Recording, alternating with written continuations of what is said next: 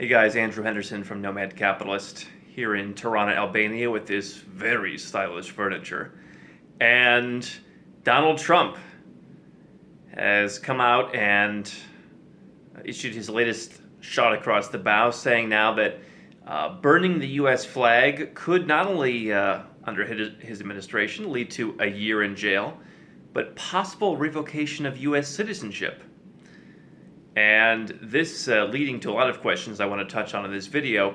I don't do political commentary here, but interesting that this seems to be, as one of my friends pointed out, the prevailing opinion in Washington, seeing that Hillary Clinton and I believe Bill Clinton tried to reverse the 1989 Supreme Court decision that said, yeah, you can burn the flag.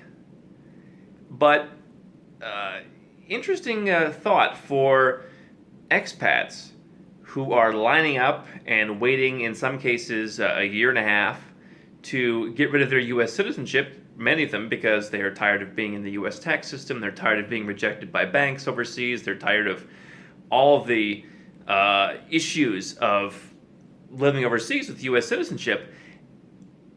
I kind of wonder, do any of these guys under a Trump administration go and look for the nearest lighter and look for the nearest U.S. flag? I quite frankly don't see the point in burning a flag. I don't see what that accomplishes. There have been times that I've been pretty angry with the country, and they've done stuff that, to me personally, that I didn't agree with. Been through visa processes, things like that, and said, wow, this country is really difficult. I don't know what that accomplishes, but I have to wonder if Trump's saying,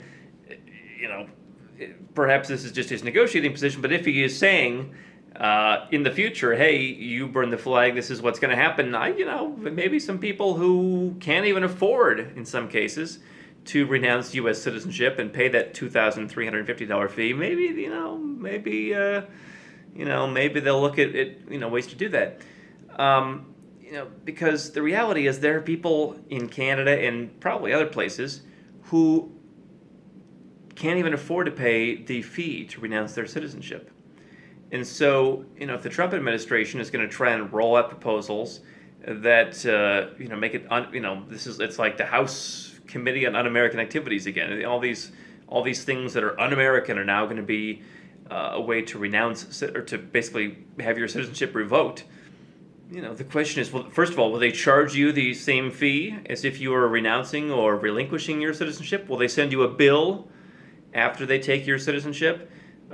This is part of a disturbing trend that is happening. Canada talked about different classes of citizens and who they could take passports from. Other countries have kind of bandied this about. If you're a naturalized citizen, maybe you should have fewer rights. If you have two passports, maybe you should have fewer rights. And, to me, that's a reason more than ever to want to have other passports. Because I don't think, Trump's not talking about, if they have a second passport, we'll take their citizenship. No, this is another political proposal that has not been thought through, where the potential consequence could be you're stateless and living on a raft somewhere in the middle of the South China Sea. Who knows?